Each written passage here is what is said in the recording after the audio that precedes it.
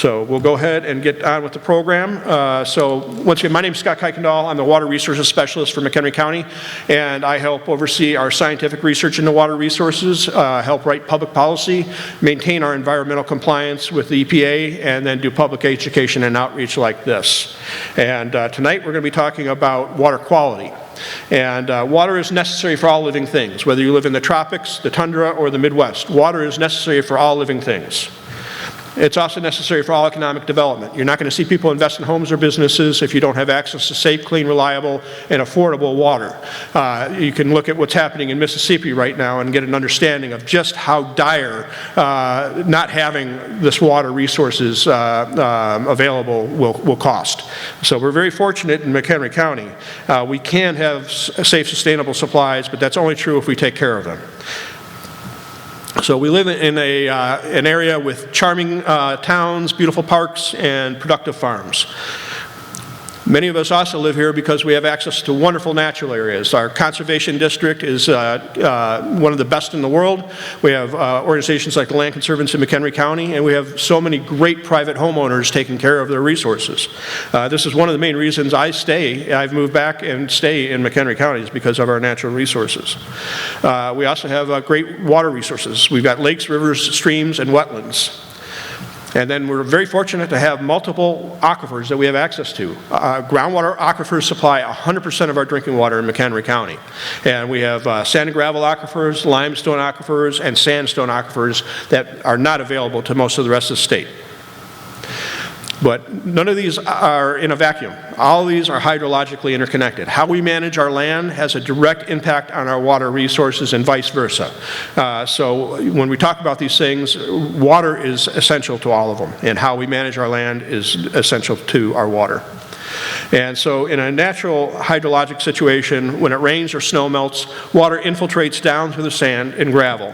It fills the pore spaces and recharges our aquifers, our water table. But water is not standing still. Water is constantly moving, and it's moving over a period of days, weeks, months, years, decades, or even centuries, and providing a base flow of cool, clean water to our lakes, rivers, streams, and wetlands. But the same mechanism that allows water to infiltrate down can also allow pollutants to infiltrate down. So basically anything we put in the air, onto the land, or into the ground has the potential to contaminate our water. And as we develop our urbanized areas, the potential for contamination increases and the speed of that contamination increases. And when we're talking about pollution, not all pollutants act the same.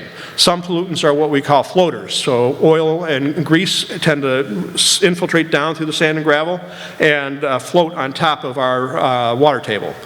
We have other contaminants. One of the common ones is called perc, and that's a solvent that is often used by dry cleaners, and that is often referred to as a sinker because it just sinks down to the limestone layer and sits there. But most of our pollutants are more in the dissolved field. So they go into our water, dissolve into that water, and become part of the water, and can travel long distances. And when we talk about our contaminants traveling, we're usually talking about a contamination plume. So once again, water is not standing still. Our groundwater is constantly moving. So if contaminants get down into that groundwater, the contaminants are going to move with that groundwater in the form of a plume. And the color coding here kind of represents what you typically see. You'll see a higher concentration closer to the source of contamination, and as it moves further and further away, the levels of contamination will decrease. But certain contaminants can travel very long distances, and contaminants like chloride, like we were just talking about from our road salt, chloride dissolves readily into water, and nothing takes it out. A lot of things will bond to clay or sand particles, but the chlorides just keep moving through. And so some of our pollutants really can travel long distances.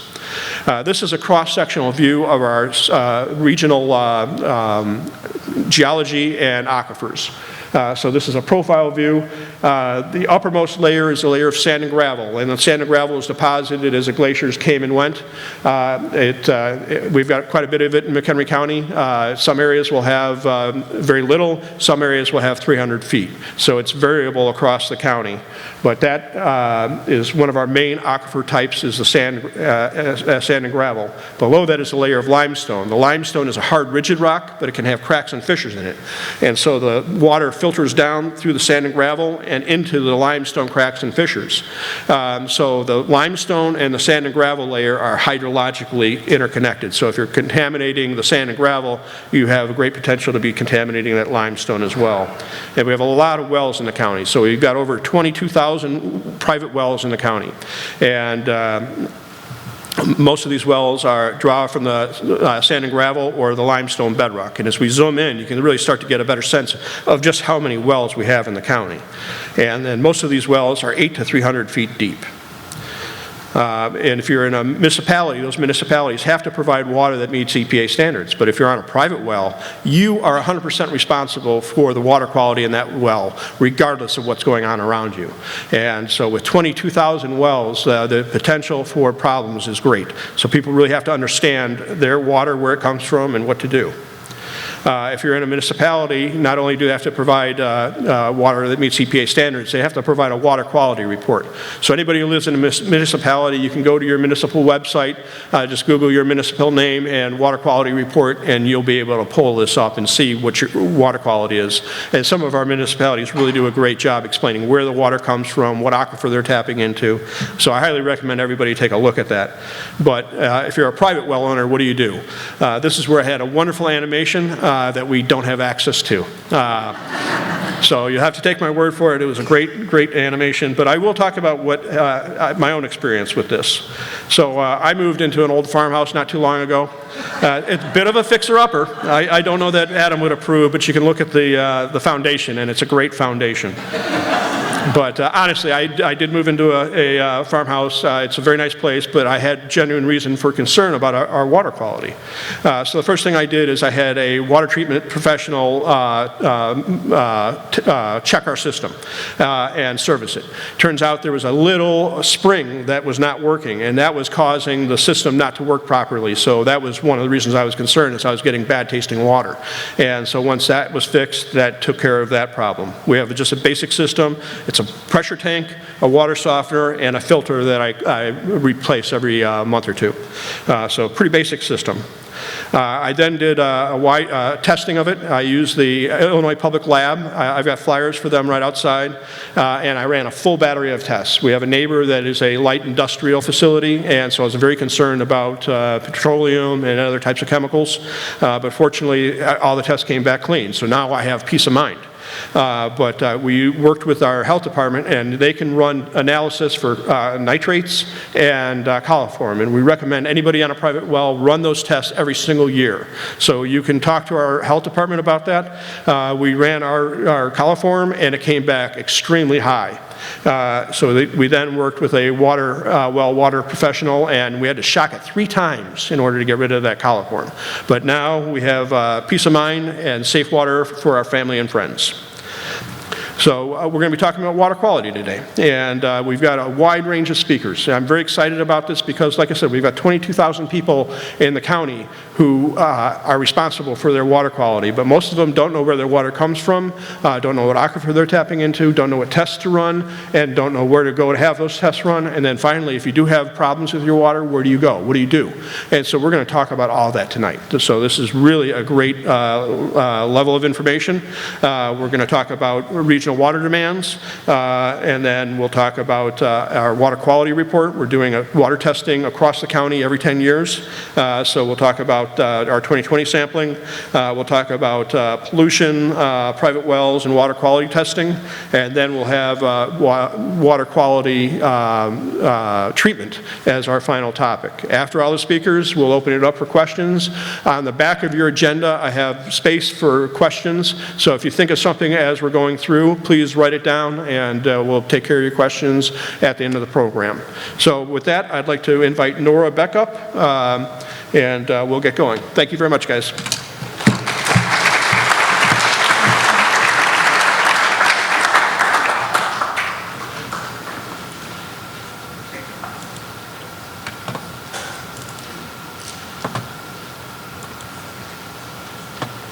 There you go. Thank you. Good evening, everybody. Just give me a second to orient myself here. All right, so I'm hoping to give you some information about our regional trends and how much water we are using, and then highlight what we know about water demand in McHenry County. You might be asking yourself, well, Scott just told us this evening was all about water quality, so who's this lady up here talking about water demand? But our long-term ability to use our water and rely on our water sources depends on both of these issues, whether there's the water quality is there for us as well as the quantity. And these are very interrelated items. On the extreme end, if the quality degrades so much that a municipality or a resident can no longer use that water, then you've instantly got a supply problem, right? So we really need to think about these things together. And so let's start out with a context of our water quantity picture and the corresponding demands that we are placing on our water resources. Just a little bit about me. I'm Nora Beck, again, a senior planner at the Chicago Metropolitan Agency for Planning. In case you're not familiar, CMAP is the regional planning agency for the northeastern Illinois section of Illinois. We have 7 counties, about 284 municipalities, and 8.6 million residents in our jurisdiction. We are a government agency. We allocate federal transportation dollars. We monitor significant transportation projects and maintain air quality conformity programs. But we also assist with local planning projects. And one of our main responsibilities is to produce and maintain a regional comprehensive plan. Our current plan is called Onto 2050. It was adopted in 2018. And it is currently being updated this fall, hopefully in October. The plan not only highlights specific transportation projects, but also creates a framework for how the region should develop over the next 30 years. And the recommendations are guided by 3 main principles: resilience, prioritized investment, and inclusive growth. And all of these principles are really important to keep in mind as we think about our water resources. One of the plan's recommendations is to use an integrated approach to water resource management. That means recognizing, valuing, and managing water as a singular resource, and it applies to our natural and aquatic systems, our built water infrastructure, and our water supplies, both on the surface and underground. This approach seeks to integrate planning and management of water supply, of stormwater and wastewater in a way that considers as the full water cycle that we know that it is. And really recognizing these as potential resources instead of trying to simply minimize or avoid impact on the environment. To guide this recommendation, one of the things that CMAP works on is to produce regional water demand forecasts. The forecast is intended to inform local and regional decision makers about the demands that we are placing on our water sources, and encourage actions that protect and conserve water. Support from the Illinois Department of Natural Resources allows CMAP to partner with Margaret Schneemann, who is a water resource economist at the Illinois Indiana Sea Grant, to help us develop the forecasts. The forecast is a planning level forecast. It's not a utility-based forecast. Your given water department, your municipal water department is much better at forecasting for their immediate infrastructure decisions. This forecast is really providing that long-range view, thinking out 30 years in advance. How much water are we going to need to serve the population and employment that we expect to have in the region? So I'm going to step through what we know right now of our regional demands, and then we'll get more into McHenry County specific information. So by 2050, the region is projected to add more than 2.3 million residents and 900,000 jobs. This chart shows those values in gray and dark gray respectively. And despite the demands of that growing population and economy that we anticipate, total water demand is projected to stay relatively stable, and that's shown in blue on this chart. By 2050, total water withdrawals are estimated to be 1,100 million gallons of water per day. So that's sort of a gigantic number, but it's an increase of less than 1% from the withdrawals that we saw in 2013. We are projecting those stable water withdrawals in the region because we are assuming that the recent trends that we've seen in water conservation and efficiency will continue. So water use per person and per employee is estimated to decrease by approximately 20% in this time period. Despite those continued efforts in water conservation and efficiency, the long-term sustainability of our region's water supply depends on the location of that demand and the source of water that it depends on. And that's really where CMAP gets into the picture. As the regional planning agency, we develop a socioeconomic forecast, and that estimates the location of population, the future population and employment that could be in the region. By 2050, CMAP anticipates an additional 1.5 million residents and 500,000 jobs in communities that are currently depending on groundwater. Those municipalities are shown in shades of yellow, orange, and brown on this map by municipality. And consequently, water demand is projected to substantially increase in areas relying on these sources. This chart is showing projected change in water demand by source from 2011 to 2050. Demand in the shallow and the sandstone aquifers are projected to increase by about 30%. And the ability of these sources to actually supply that amount of water for that demand is another question entirely, right? And that's something that we depend on the Illinois State Water Survey to help us answer. I should point out that this chart is a couple of years old. It doesn't reflect some recent decisions by communities in Will and Kendall County to switch off of their groundwater sources and access Lake Michigan. We're in the process of updating it, and so we'll probably see some slight shifts in this chart, but it could be pretty similar. So let's get into water demand in McHenry County. First, I'm going to talk about some recently reported data that we have from the Illinois State Water Survey, and then we'll look at our forecasted demand out to the year 2050. So this chart shows water withdrawals that we've seen in the last 18 years, so from 2000 to 2018, and it divides it out by different sectors. The largest sector in the county are those municipal scale public water systems. So these are systems that are serving the entire municipality, like the city of Crystal Lake or the city of Woodstock or Harvard. They could be municipally run, or sometimes they're run by private companies. You can see the impacts of the 2005 and 2012 droughts in this line. You can look at a little uptick of water withdrawals in those years as more demands were placed on groundwater sources. The next sector below that is the domestic sector, and Scott referred a lot to this in his presentation. These are the private residential wells. I should note here that these are estimated values. Unlike the other sectors, individual homeowners with private wells are not required to report, and so we're doing our best job here to estimate just how much water they're using. The next sector below that is in purple, if you can make out that color. These are industrial and commercial self-supply facilities. So these are industrial businesses or commercial businesses that have their own well and don't rely on a municipal system to supply their business. If you look closely at this line, you can see the impact of the 2009 to 2010 recession. And we saw a little dip, and then the industry picked back up again. And last but not least is the smaller scale public water systems. That's shown in pink. It's their smallest sector. These are public systems that are serving individual subdivisions, maybe some mobile home parks. They're not as prevalent in the county as in some other areas of the region. So there was another point here. But generally, water use in McHenry County has been pretty consistent, right? You're hovering around 25 million gallons of water a day.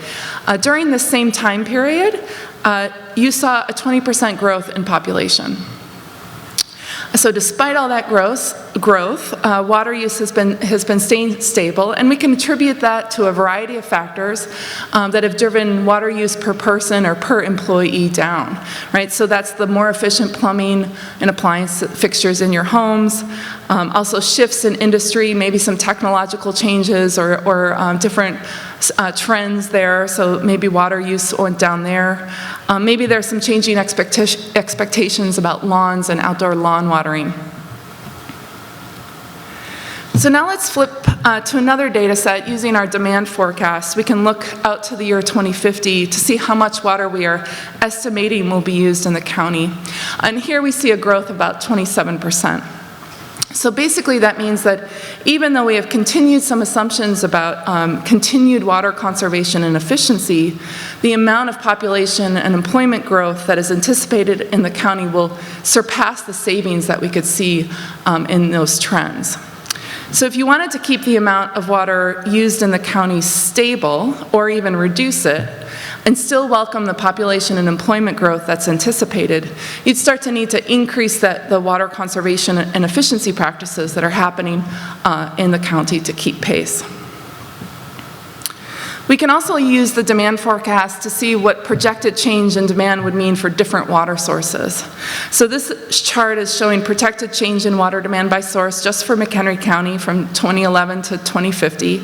And it gives you a good sense of which sources would have to burden that demand or carry that demand, right? Demand in shallow groundwater communities is anticipated to increase 30%. While demand in the sandstone aquifer-dependent communities is projected to increase by 24%. As Scott said, there are no municipal systems that are relying on surface water in McHenry County, but you do have some industrial and commercial businesses that have intakes into the Fox River and other rivers, and so that's why you see those values here. I do want to make a quick note on this chart. In our demand forecast, we simply can't project how communities will respond to their various water issues, and some of them may switch sources over time, and we don't account for that. It just would be too complicated. So we're using everybody's current source to produce this map.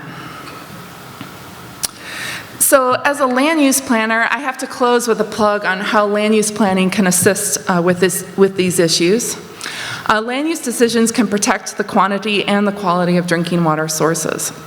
Development typically includes impervious surfaces, and that can reduce the infiltration capacity of the ground below, and it also generates runoff. And we know that runoff can carry pollutants and pollute nearby streams and groundwater aquifers. So avoiding development in sensitive lands, protecting natural areas, and then when you are developing, using infill and redevelopment to accommodate growth are really all very important on the water supply and water quality side of things. Implementing stormwater best management practices and other pollution prevention strategies can help as well. Certain land uses, building types, and development patterns consume more water than others. Compact development, as well as water-efficient plumbing, building, and landscaping standards can make it easier for residents to just automatically reduce the amount of water that they're using. On the flip side, larger lots and typically more dispersed or widely dispersed development can seem more green, but typically increase the length of pipes and other infrastructure needed to provide services. And all of that can lead to higher long-term costs due to increased demand. Excuse me. Need some water. And all of that can lead to higher long-term costs due to increased potential for water loss in the infrastructure, replacement needs, and energy demands. And we also know that the location of new development also influences costs. I'll just close by saying that I hope I have provided you with some information about the projected demands for water that we are anticipating in the region and more specifically in McHenry County. I'm happy to answer any questions during the Q&A. Thank you.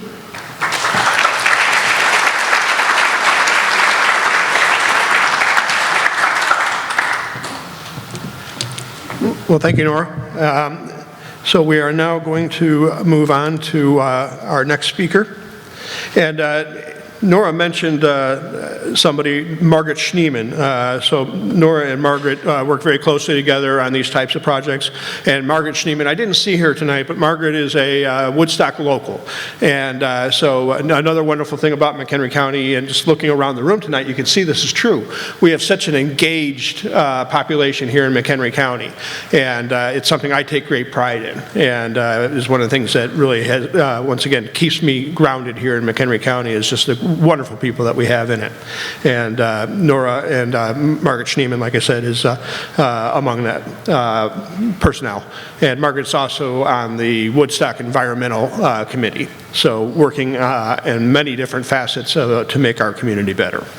So I'm very honored to have Amy here tonight to talk to us about our Geological water quality study and what we have going on here in the county. So, Amy Gahala.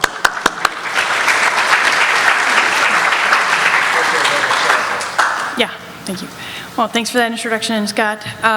Yep, so I'm here to present on the water quality of the sand and gravel aquifers that came from the network of monitoring wells. We sampled these wells back in 2010, and we went back in 2020 to resample it again to see how those things have changed. This will be in a report that will be published and released in a couple of weeks. It's just getting the finishing touches, and I wanted it here today, but of course, life. So, you know, Scott Kuykendall did mention that it is a unique place where this is a countywide network of monitoring wells, and there's no other one like this in the Midwest, where it's 42 monitoring wells, 37 of them are monitoring water level on a continuous basis.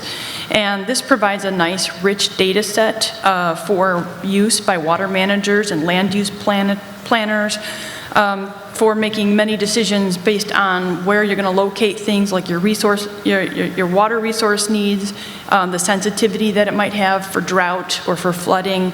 And it can also be used as an educational tool so that you can tell your kids and your schools this is groundwater, this is where it comes from. It is not underground lakes, it is, you know, within the pore space of things. And Scott does a really nice job explaining that sort of detail.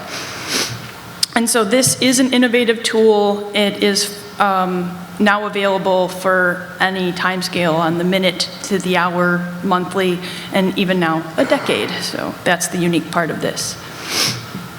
So in addition to collecting water level data, as I mentioned, we collect water quality data, but that's on a decadal scale. So in 2010, we sampled these monitoring wells and analyzed them for field properties, major ions, metals, and nutrients, and all of these components play a role in your water quality, the taste, and the toxicity that might be within that, whether it be natural or from unnatural things like septic systems and other infrastructure.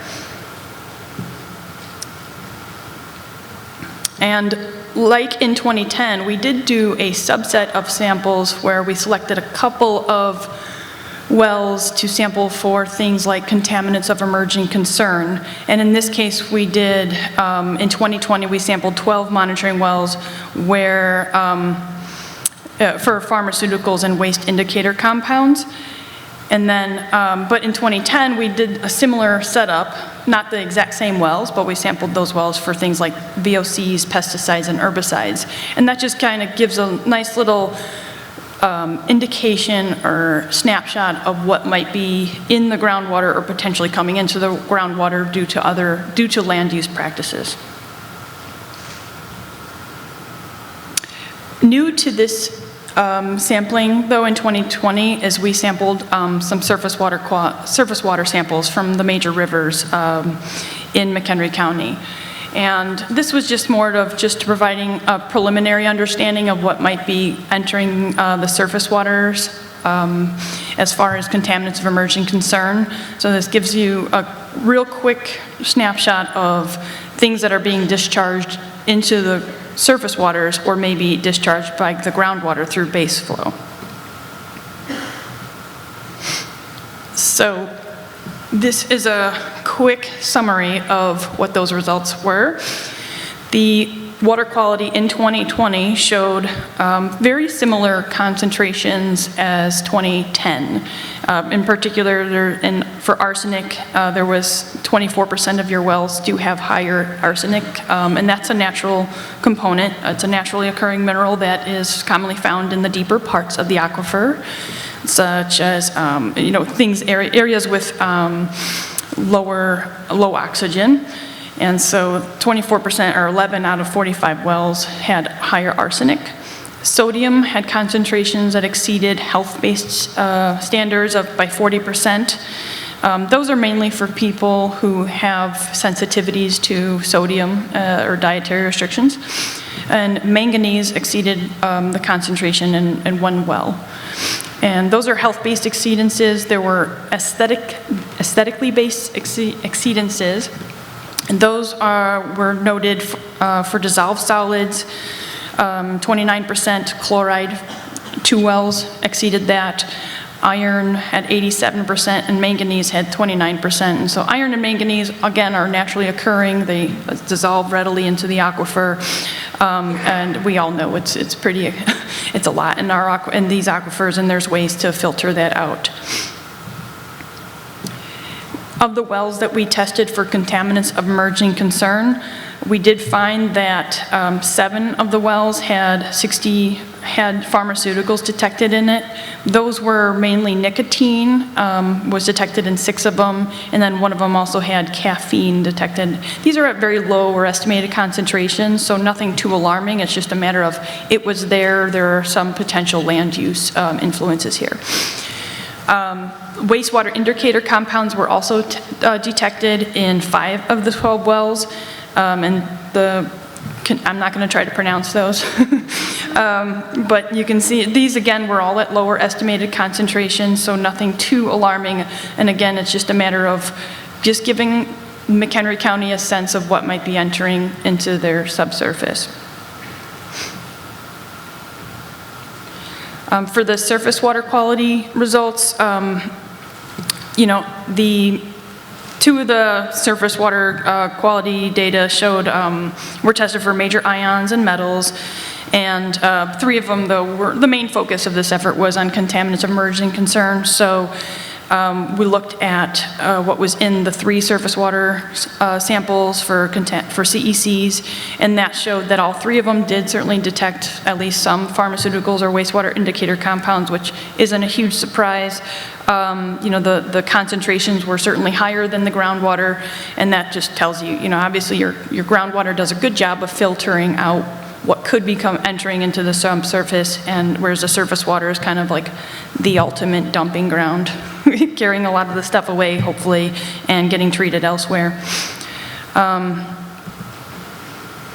This is a complicated graph, but most of us geeks would look at it and love it. So what we did was compare, if we do see some changes, are those changes statistically significant between 2010 and 2020? And then we took a deeper dive and said, well, are there changes in the shallow, intermediate, and deep? And so we do have some evidence of some statistically significant changes for specific conductants, and I can't read that, magnesium and calcium. And what you'll notice too, the pattern here seems to show that a lot of the shallow portions of the aquifer had a decrease, but the deeper portions of the aquifer had an increase in some of these constituents. And I think it's that mixed distribution of increases and decreases could be from dilution from the amount of rain that we had occurred in the 3 years up to before we sampled. In 2017 through 2020, there was a significant amount of rain that could have diluted what was at the surface. And then what we're seeing at the intermediate and deep portions are just kind of like that mobilization phase of some of these concentrations that we're seeing here, is that increasing in those deeper portions. And I forgot what I was going to say about that one.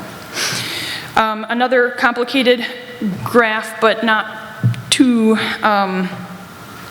bad, but we did in the previous 2010 analysis out of the 2017 report, we did a source analysis of where is the chloride coming from, or where is the source of the water, and that's using what's called the chloride-bromide ratio analysis. And what you see here is just kind of a replot of some of those constituents that had some indication that it may have shifted from a source to a different source. So it's either there was a change in the groundwater source, or there was maybe a little more refinement in our understanding of where that groundwater source could be, or there could be a mixture. Okay, so the major takeaways, I'll just summarize here, is that, your groundwater changes, there were increases in calcium, magnesium, and silica, and there were decreases in other things like aluminum, ammonia, arsenic, and barium, and bromide, and dissolved solids. And some of these increases and decreases were mixed, and that's based on potentially from dilution from the rain. It could also be that, from 2010 to 2020, if you look at the census data, the population of McHenry County didn't really change hardly at all. So it's a stable population, very little land use changes, and maybe some additional land use management practices like the sensible salting that's limiting maybe how much is being input into the surface. So there could be a number of explanations for this that is attributing the mixed conditions that we do see. The exceedances of the health-based and aesthetically based benchmarks are very similar to what was detected in 2010, so again, no changes and no major increases there. The contaminants of emerging concern, we did have detections, of course, in the surface water that had the higher detections and the most detections. Groundwater, some monitoring wells did actually have some low-level or estimated concentrations detected of pharmaceuticals and waste indicator compounds. And I'm going to do a little bit of a sidestep because I did mention contaminants of emerging concern, and one of the things that is in the headlines these days is PFAS, or perfluoroalkanes. So perfluoroalkanes, I'm just going to briefly summarize what they are and say what we're going to do about that in the next couple of months here. But this won't be in the report, so this is just kind of, like I said, a sidestep. So PFAS is short, it's like a broad name. Perfluoroalkanes is a broad name for man-made industrial chemicals that have a carbon fluorinated bond together. And when they're chained in a long chain, they tend to be very difficult to break down. They're found in nonstick cookware, firefighting foams, and food wrappers, and any household cleaners or water-resistant fabrics. These chemicals, as I mentioned, are oil and water repellent. They're extremely persistent, and they can bioaccumulate. So they're very difficult to break down, and so like I was mentioning, the wastewater indicator compounds and the pharmaceuticals that are low levels, but some of those might degrade over time, and we don't have to worry about it. But PFAS, if they're detected in the subsurface, they don't degrade over time, and they could accumulate. So why do we care?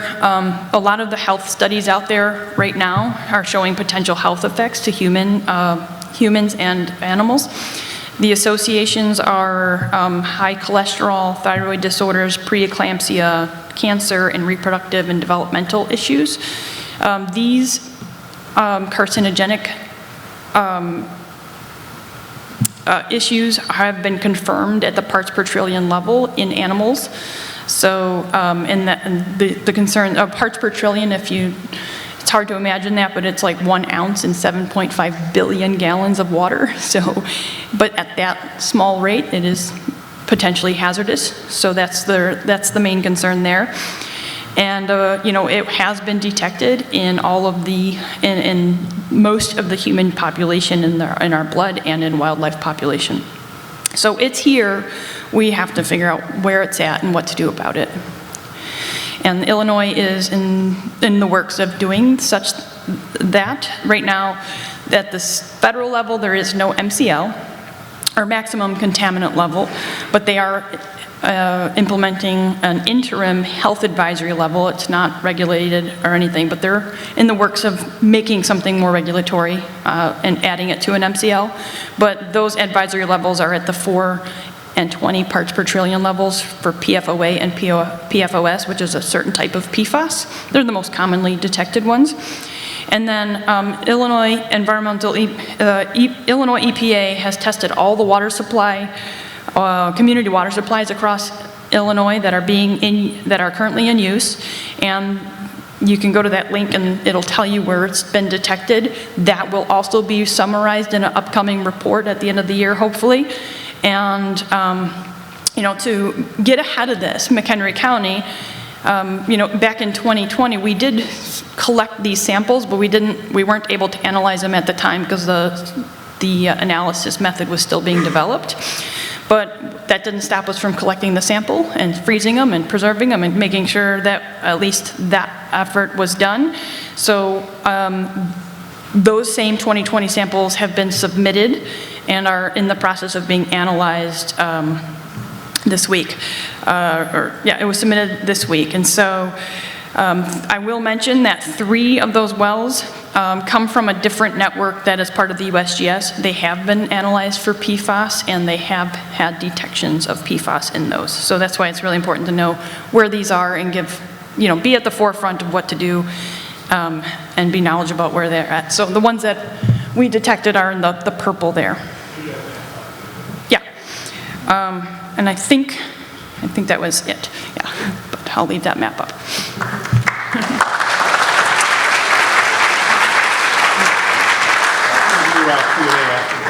But thank you, Amy. And I just wanted to keep this map up, just reiterate, we've given presentations on our monitoring well network in the past, so we didn't go into great detail on it, but I do want to make sure everybody's aware of this. We have a monitoring well network with 42 wells, 37 of them monitoring water levels in real time. So every 15 minutes it's taking a water level measurement, transmitting that up to the U.S. Geological Survey's website or satellites, and then the USGS maintains that data for us. These circles are all representing where the wells are. So they're distributed all across the county. So we're getting a snapshot of what's going on in our county in real time. And you can go onto our website. So our website is McHenryH2O.com. I'm going to repeat that a few times tonight, but McHenryH2O.com. You can go access this data. On our website, we've got it color coordinated, so each of those dots is showing where we are in a drought cycle. So if it's normal, it's shown as green. If it's drought, it's shown in a red. If it's high water level, it's shown in a blue. And so you can see in a second where we are drought-wise within the county. It's really a tremendous resource, and then you can click on any of the dots and pull up over 10 years worth of data. And this is really important because we caught water levels during periods of drought in 2012, so we saw how low water levels got during a major drought. Then we also saw how they recovered, and certain wells recover more quickly than others. So we captured all this data within the past 10-year period. And then we also saw the water levels rise to the point where our office was receiving at least 20 calls a week with people freaking out about not being able to mow this part of their yard, or that they had 6 feet of water in their basement. And all this data is showing exactly what's going on. So we've got over 10 years of data, and that's really critical. And the water quality testing that we're doing, the data that we collected in 2010 provides a baseline of data that we can then compare against over time. Like Amy said, we haven't experienced tremendous growth, but we fully expect growth to continue into the future. So how is that going to affect our water quality in the future? And as we do our decadal study every 10 years, we'll be able to recognize this because we had that baseline data in 2010. So gathering this data really is critical for us to then have an understanding of how our water works in the county. So thank you very much, Amy. And Amy also didn't mention this, but Amy is responsible for writing the report on the EPA's data. So Amy is really the expert on PFAS here in the Midwest. So we're very lucky to have her talk tonight.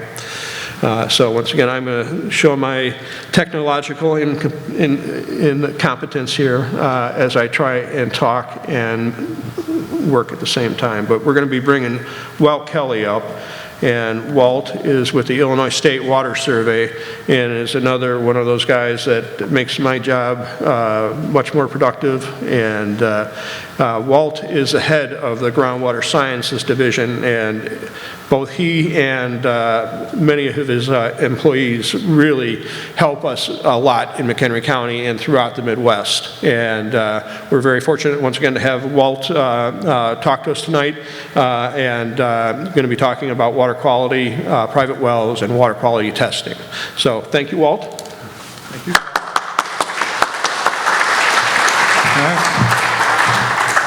Thank you. I do want to acknowledge Steve Wilson, who was actually supposed to come give this talk but had a conflict and couldn't come. He did put together all the slides. He's in charge of the private well class, which I'm going to mention a couple of times during this talk. All right.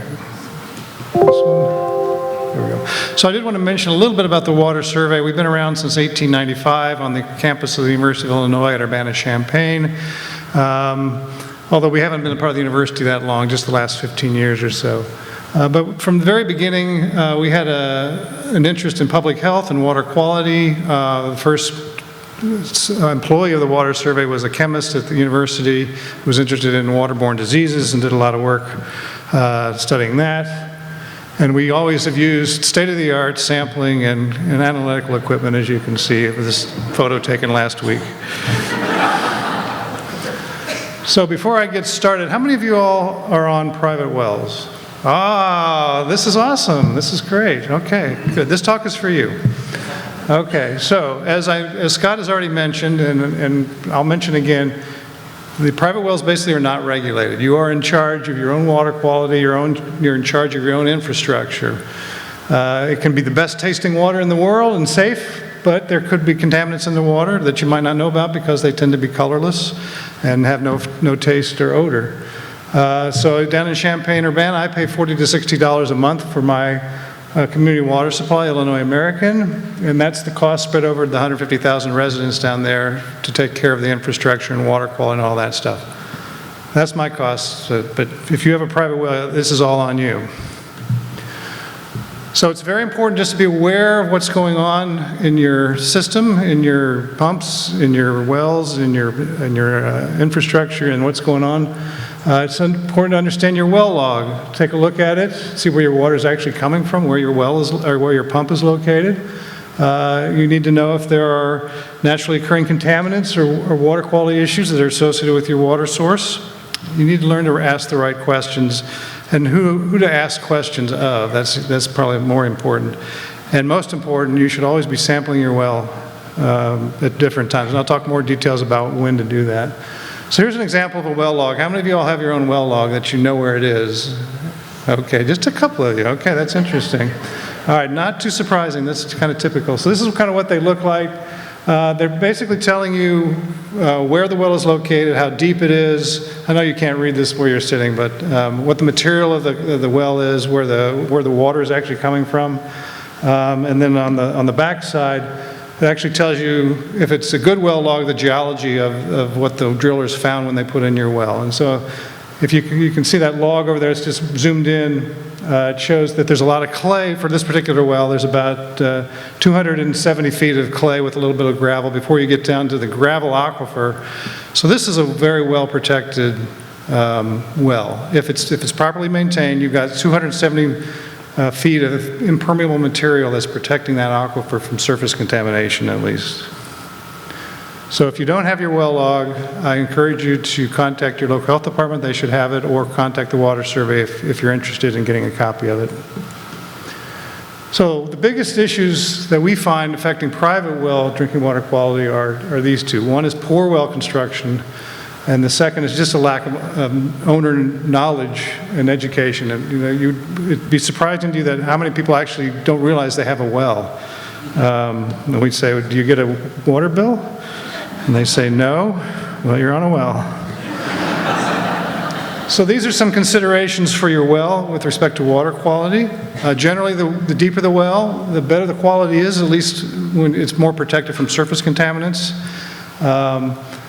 Drilled wells are generally better than dug or bored or jetted wells.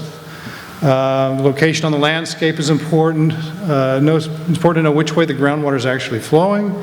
And of course, any kind of land use and activities that you might do around your well can affect your well water quality. So these are things you need to be aware of. So correcting poor construction is important. So well construction codes have changed quite a bit in the last few decades, but most of the old wells, and there are many, probably half the wells in the state are more than 40 years old, and they're not a lot of them are not up to code. And they were just grandfathered in. There's still well pits, which are very bad for quality. There are many hand-dug wells. And the problem with these, not upgrading these wells, is you can provide an opportunity for surface contaminants to actually get into your well, and they're also a safety hazard. There's a couple of pictures on how you can see them. These some old brick-lined wells. You can see some missing bricks, some piece of wood that's protecting the well. And so we see these all the time. Fortunately, not as often as we used to. So what to do with these wells? Bring them up to code. This will protect your water quality. So you want your pipe to be above the land surface. You want it to have a good grout, a seal around it. You want to have a pitless adapter. I'll show you a picture of that in a minute. That reduces potential for contaminated water to get into your well and protects the water from freezing during the winter time. And you always want to talk to someone who knows something about the groundwater in the area before you do anything, someone who's licensed. So best practices, always use a licensed well driller or a pump installer, contractor, whoever you decide to use for your well issues. And that on the right is a pitless adapter, one example of it. And here's another one. So check your well and cap regularly, make sure there's no cracks or anything wrong with the seal. Your vent should have a screen. The well casing should be elevated and sound and should be accessible. Don't grow a lot of things around we were just at a site yesterday that we had trouble finding the well because it was buried in mulch. And that happens quite a bit, actually. So just kind of be aware and do just kind of common sense things to protect your well. One of the main sources of contamination for a private well is your septic system. And I'm assuming, if I asked you to raise your hand if you had a septic system, it'd be the same people probably. Maybe not. I know there are some places that have sewer but not water. So you need to maintain them, and some of the things to do are maintain the area around the tank and the drain field. You don't want to grow trees over your septic system. And you want to reduce as much as possible the flow of water into your septic system. So don't put your sump pump discharge into your septic or your whirlpool or softener backwash. Garbage disposals increase the solids pretty significantly. Try to keep any man-made materials out of there because those are contaminants sometimes. Have it inspected regularly and to measure the solids and pump it on a regular schedule. So not taking care of your septic system can actually make a source of contamination to your drinking water. Another issue is abandoned wells, and I don't know if this is a problem so much in McHenry County. I guess it might be in some of the more rural areas. So we didn't have well logs for many wells back until the 60s to the 80s that we started requiring these. And we have a lot of undocumented wells that we don't even know where they are. So these are safety hazards, and if you have an abandoned well on your property, you really should have it filled in and get a licensed professional to do that. And just some pictures and some stories. I think we've all heard of people falling down abandoned wells, right? Little girl in Texas a few years ago, that was a big national story, but people do die from falling, 45 feet into an open hole, basically. So these are very dangerous, so if you have one on your property, please do your best to get it taken care of. All right, so testing your well. So there's lots of questions that you need to ask yourself when you're testing your well. There's not really one answer for each well owner, for every well owner. So questions are like, where do I collect my sample? What do I test for? How often should I test? Et cetera, et cetera. So let's go through some of these questions. All right, so where do I collect the samples? So the quality of the water that's coming out of your kitchen sink is oftentimes different from what's coming in from the outside, from the well itself. So the outside tap is representative of the well water or the natural groundwater, whereas the kitchen tap is representative of what you're actually drinking. And the reason that they are different is if you have any kind of treatment system in your basement, or even just introducing air can change the water quality, even if you don't have any other kind of treatment. So you might want to collect more than one sample when you do the sampling, depending on the questions like, do you have lead pipes or fittings? So this is an important question if you're concerned about lead contamination. If your house is built before 1936 or your plumbing, that's when the rule changed about how much lead could be in the system. That's when we stopped installing lead lines in homes. And actually, by some counts, Illinois has more lead service lines than any other state in the country. Do you have any installed treatment devices? You'd kind of like to know if they're actually working, doing what you're paying to have them do. And a good lab will provide you detailed instructions about how to do all this. So what do I test for? So again, it depends on your situation, it depends on the depth of the well, what kind of the formation the water is coming from, and if there's particularly known contaminants in your area. I would always start with your county health department, questions like these, and find out if there are any kind of things that you should know about regarding water quality in the region. So Amy mentioned some of these contaminants in her talk. I'll just go through this. These are some of the main contaminants that you might be of concern. There's the naturally occurring ones, or geogenic. Arsenic is the most important one in Illinois.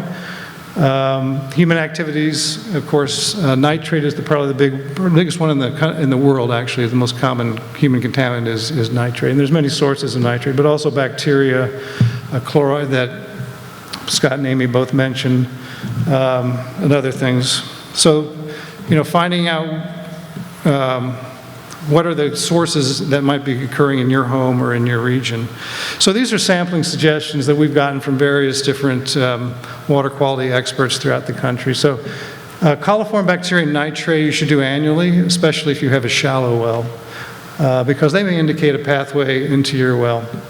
And then initially, once you put your well in, and then every 3 to 5 years, these are some of the other things you might want to do, things like fluoride, iron, lead, manganese, chloride, arsenic. So, and you can change these up if you find out that you don't have these certain contaminants, then you might not have to worry about them, maybe sample them on a longer time scale than this.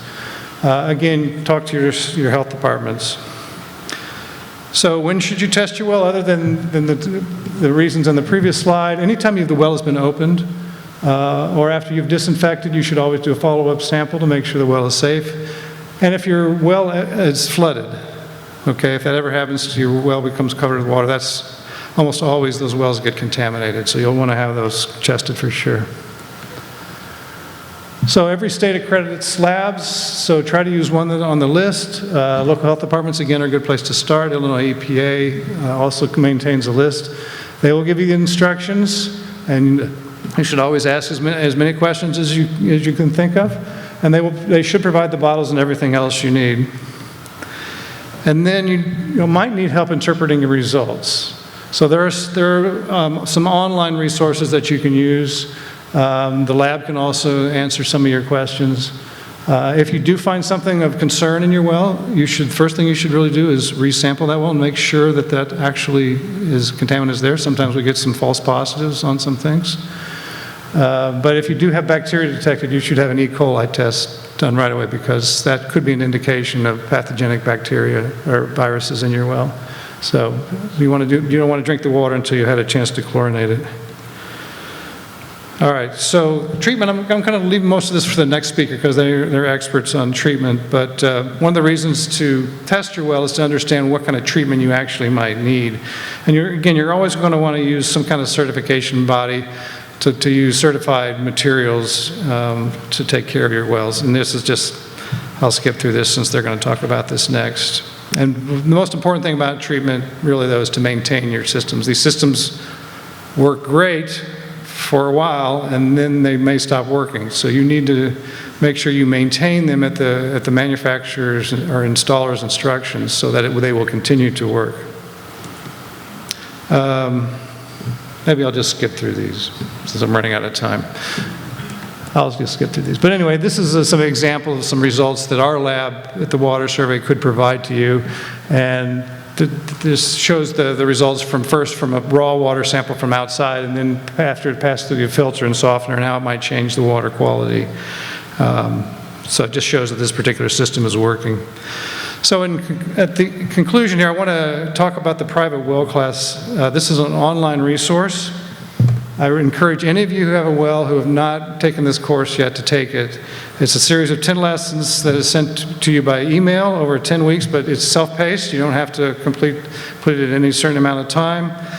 They also provide different webinars. I believe they're done monthly on different topics, including septic systems is one of the topics that they do webinars on. And then they have a website with all this material on it that more than you could possibly think of.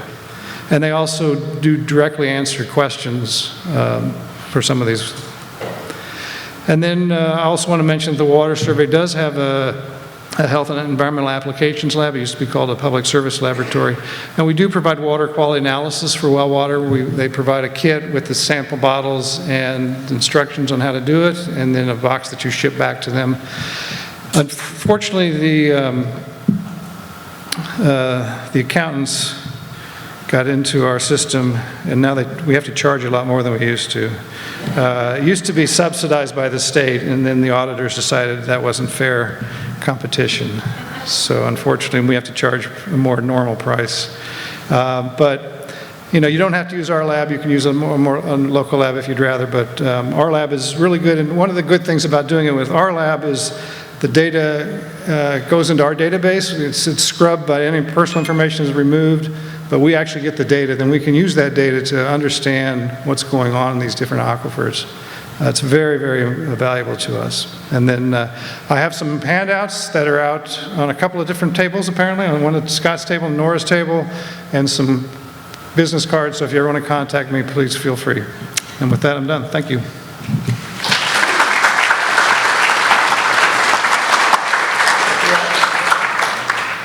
And so I'm a big fan of the public lab. That's who I used, and the reason I like them so much is they're just so focused on private well owners. And even though the prices when I did it were the lower prices, they have it set up so that they have they're not telling you to run every sample under the sun. They really have it broken down, very well organized, and they are accessible. So you can call both the private well lab and the public lab and the private well class staff and get information. So in addition to the water quality testing I did, when you fill up a glass, it looks like it's carbonated.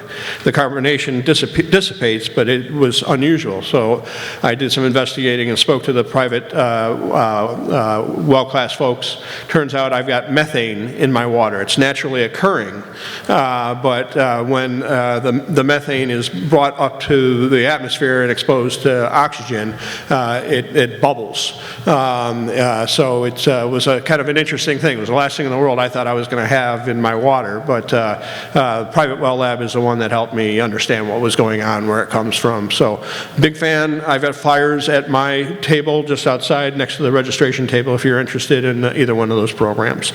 So thank you very much. And then we've talked about a lot of things, and say we go through the testing, we find out that we have something in our water, arsenic, what do we do? And so we had some great sponsors here tonight who are in the water treatment field, but we wanted to bring in experts from the Water Quality Association to help us understand what kind of treatment is out there, what to look for, and how to make good decisions regarding water treatment. So I'd like to welcome Samantha and Kristin up here from the Water Quality Association to help us with the final phase of our program tonight.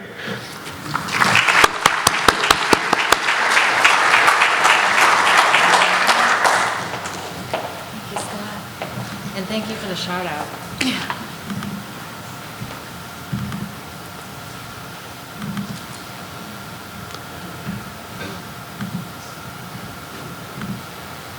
There you go, guys. Thank you. Thank you. Okay, so we have 1 minute left, so we're going to try to talk really fast. Oh, sorry. Good evening, everyone. My name is Kristen Lodigowski, and I'm a materials technical reviewer. So some of you might be here tonight because you're concerned or unhappy with the quality of your water.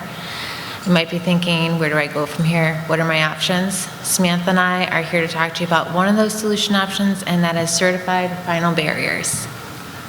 And I'm Samantha Barnes. I'm an account representative, and Kristin and I both work at Water Quality Association. So before today, had any of you heard of Water Quality Association? All right, a couple.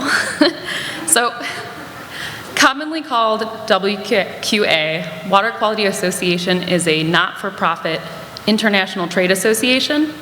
We're headquartered in Lisle, so we're not too far from everyone. So one of the services WQA does is they certify drinking water treatment professionals and products. So WQA certified treatment professionals give you assurance that when they're servicing your home, they know exactly what they're doing. Actually, some of those WQA certified treatment professionals were here today talking to you all. So if you hadn't had the opportunity to yet, I hope you talk to them after the presentations. But WQA also certifies drinking water treatment products, like water softeners, filters, reverse osmosis systems.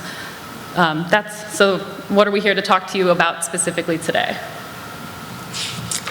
How do I click? Do I just click? Yeah. We got it. Oh, we're on the, We're good. no, we're on the next one now. My bad. IT issues. Okay, so I have a little one at home. She's 4 years old. That picture is not of my little one, but it was taken from the 2021 Kansas Reflector article, and it states more than 60% of Kansas and 80% of children in Missouri have lead in their blood. I want to feel confident every single time I fill my daughter's sippy cup. Can you move forward? Yeah, I'm so sorry. And I do feel confident because of a certified drinking water filter. What Sam and I want by the end of this presentation is for you to feel confident in knowing what product is right for you and your family. And what we also hope is that you also find the value in that product being certified. In order to do that, we're going to go through the following. Solutions, what are your options? The value of a certified product, how to find and identify certified products, and some other resources as well. So just so this way we kind of get an idea, how many of you have water softeners at home by show of hands? All right. Big turnout. What about our reverse osmosis system? Okay. So the products Kristen just listed are examples of final barrier water treatment products. And so they're called final barrier because your home is the final point before consumption. So it's the last opportunity you have to treat the water. As you can see from the slide, we keep doing that. As you can see from the slide, final barrier products come in lots of shapes and sizes. They can also be found in various places, like bottle filling stations at schools and for sale at grocery stores, but also in soda machines at restaurants. But where do you need to start looking when you want to find a product for your home? So, I gotta stop doing that. Finer barrier water treatment products for your home come in two main categories. So you have your products that are used at a single tap, like at a faucet, mainly used for drinking and cooking. And then you have products that are installed at the entry of your home, that is for laundry, cooking, cleaning, flushing, all of it's filtered. So a product installed at the entry of your home might be more appropriate so your laundry's not stained, or so your bathroom doesn't smell like a swimming pool after showering, or confidence when your children drink the bath water. But how we use these final barrier products is just one of the questions that we ask. What about, how do you know if this product's actually going to perform? Is it going to reduce the contaminants that it's marketed to do so, as it says on the packaging? Thank you. So in other words, how can you know the product is reliable? Well, the answer to that is certification to product standards. So, product standards are used in all industries. You see them in vehicle safety, like airbags, and you see them in food quality, like the use of expiration dates. So, my bad. Standards, they assure a minimum level of quality across similar products. So certification is when a company, other than the one that made the product, ensures that that product meets all the requirements in a product standard. And accredited certification takes that one step further. And that accredited certifiers like WQA certify products and are, my bad. You're doing great, girl. Offers the most amount of assurance because accredited certifiers are audited regularly and have to prove that their certifications are unbiased and impartial. So to which standards are final barrier products certified? Okay. So we certify products, final barrier water treatment products, to North American standards. So on the left-hand side there is a summary of just a few of the standards that are out there, and all of these standards have the same base criteria: material safety, performance, structural integrity, and literature. These tests have to be retested every single 5 years. So the standards are designated by different numbers. And I'm going to go over each number just so this way it may help and identify if you're choosing between two products. So 42 is an aesthetic standard. So things like iron that can alter the color, taste, smell of the water. 53 is for contaminants that have health claims. So like PFAS, arsenic. 44 is a standard just for water softeners. And 55 is for products that have a UV light on them to reduce disease-causing microbiological organisms. 58 is designated for reverse osmosis systems. And again, you're going to find PFAS claims, arsenic, nitrate, things like that. And then 401, that is emerging contaminants of concern, so pharmaceuticals, BPA, microplastics. And then, I'm losing my train of thought, I do apologize. So before Sam and I go more in depth about what a product must go through to become certified, I do want to briefly review an excerpt from the Consumer Confidence Report. So on the slide, on the table, this was taken directly from that report, there is a column called action level. An action level is a numerical health value, and anything above that number is a problem. So as you can see for copper, the action level for copper is 1.3. 90% of the samples were equal to or less than 1.3. 3 of the site samples were over that action level. What's interesting about copper, though, is that's the health level. Starting at 1 part per million, copper can actually leave your water with a metallic taste or some bluish graining stains. So if you notice that the bathtub has some bluish or greenish stains on there, then you know that possibly a product installed at the entry of the home might be most applicable for your family's needs. Lead, on the other hand, the action level on there says 15. 90% of the samples taken were equal to or less than 7.6, and none of those site samples were over the action level. What about certified products? What action levels do they use? So every health agency, including the standards, we call the action level by different names. The United States EPA uses the acronym MCL.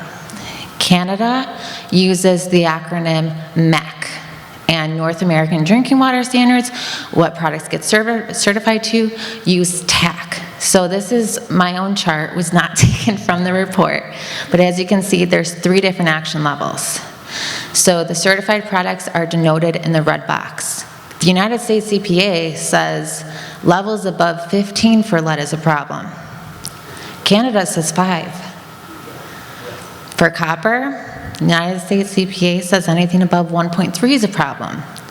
Canada says anything above 2 is a problem.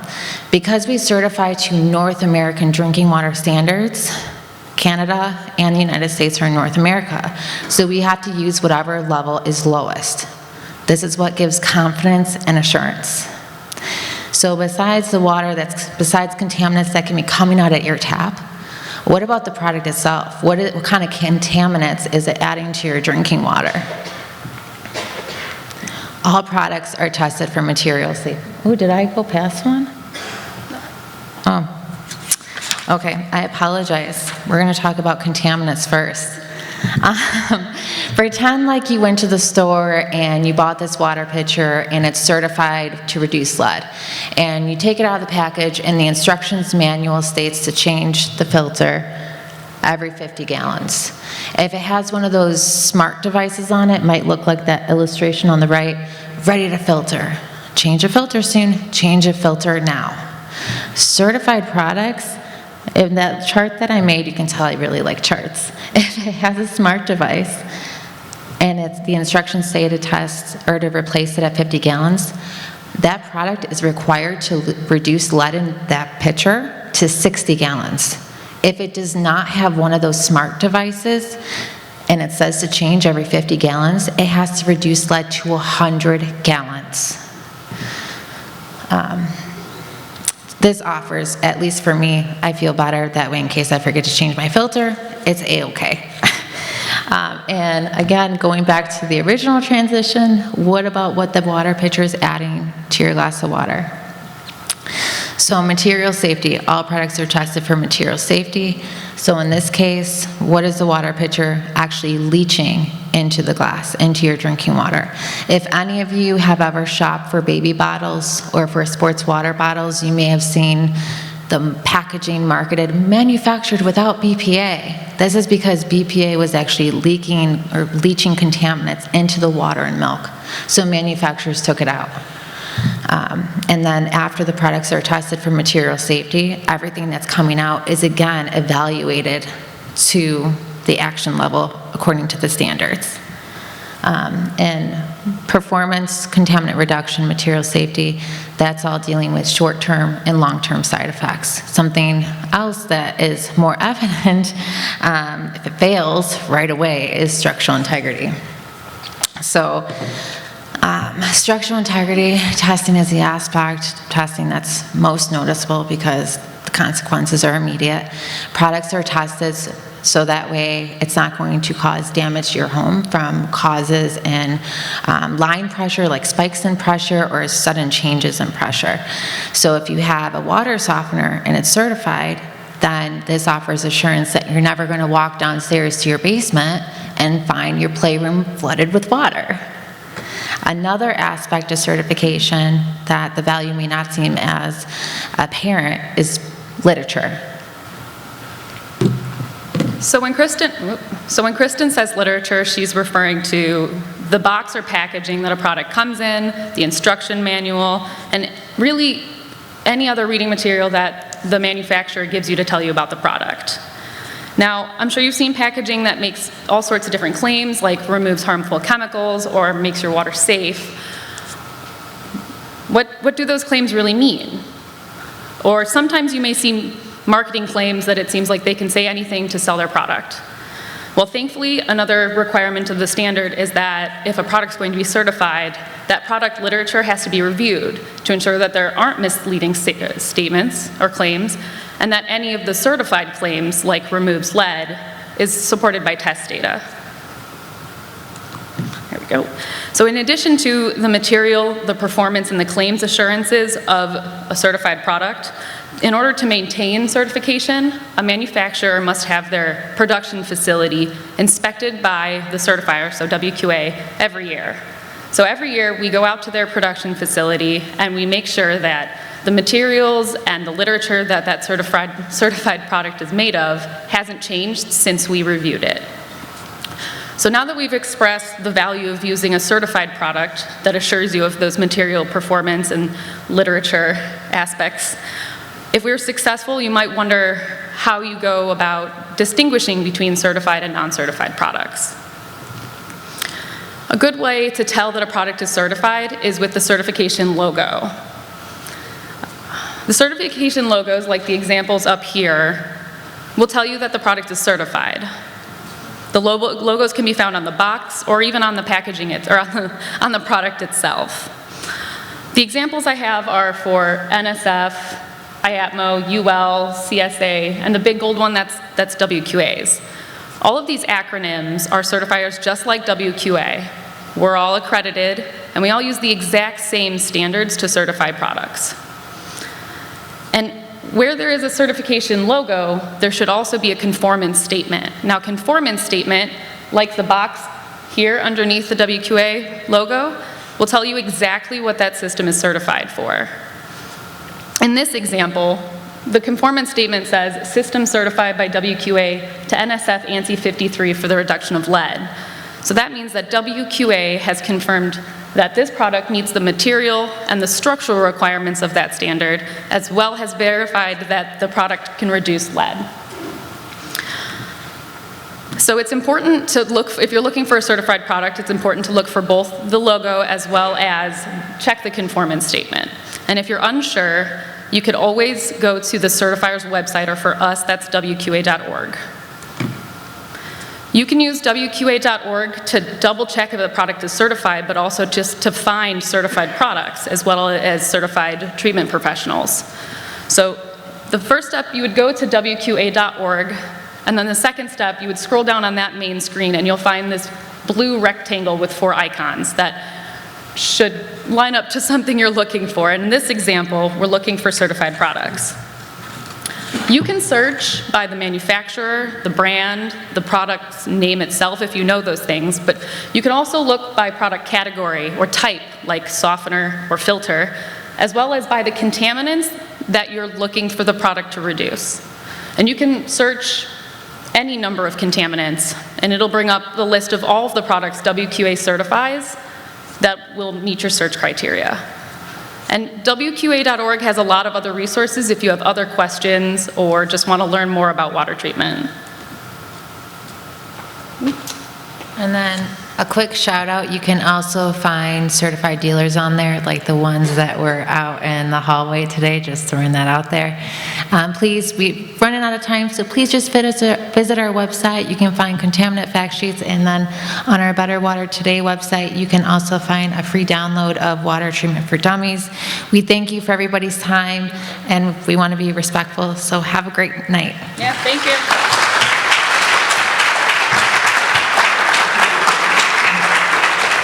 Thank you very much, guys. So we've covered a lot of territory tonight. We talked about where our water comes from, the type of water quality problems we might have, how to find out what we have, and then what we can do to treat our water if we need to. So I gave an example of my house, and we have a very simple system.